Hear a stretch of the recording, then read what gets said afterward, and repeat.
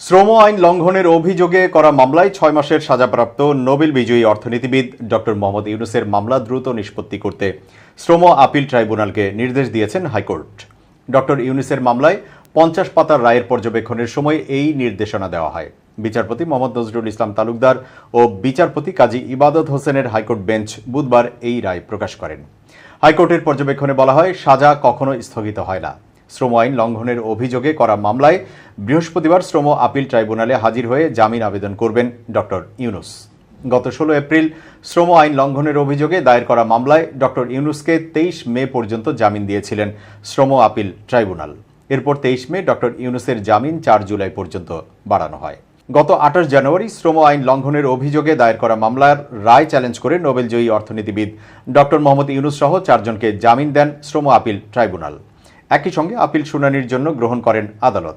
সেদিন শ্রম আদালতের দেওয়া সাজা স্থগিত করেন শ্রম আপিল ট্রাইব্যুনাল।